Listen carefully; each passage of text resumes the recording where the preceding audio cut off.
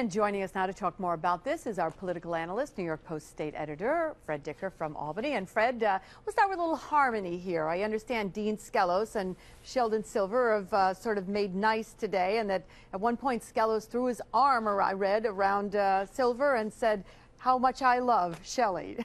Were you there to witness that? No, but I saw the video, and I've seen it many, many times on Friday.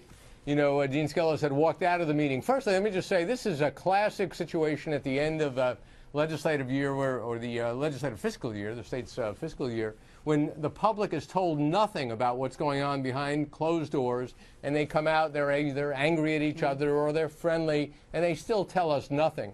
The chances are they will have an on-time budget. We know that what they're really most concerned with is having a budget that will help them win elections come November. So both sides, Democrats, Republicans, trying to cover themselves. And the governor is trying to come up with some victories, whether it's on pre-K funding, which is really New York City, or being able to claim that he did something about the crushing burden of property taxes upstate. In the end, there probably will be some things that the politicians certainly can claim are good, but there's a great deal of skepticism down at the Capitol right now, Liz, about whether they'll be real or not. One of the other things that I read today was that Nyberg was down there making a last-minute pitch for public campaign financing, pointing out, and I thought the number, I may have heard it before, but I did find it startling. 170 people are responsible for $28 million in campaign funding, and obviously they want to change that. Do they have any shot at all?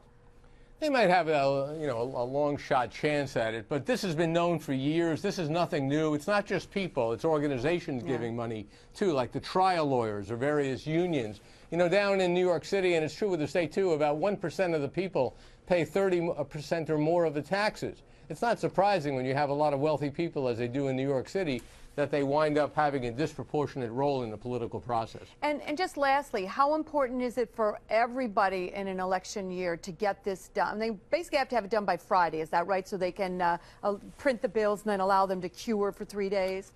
Well, or they could get a message of necessity and do it at the last minute. How important is it politically to have an on-time budget? I don't think it's too important, although the governor wants it for bragging rights. But if it was late by a day or two, as long as it was a good budget, I don't think anybody would care come Election Day. All right. And everybody will agree on what a good budget is, I'm sure.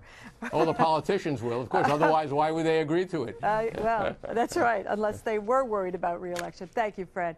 Fred's on the radio live from the state capitol. It's weekday mornings 10 to 11 on Talk 1300 AM.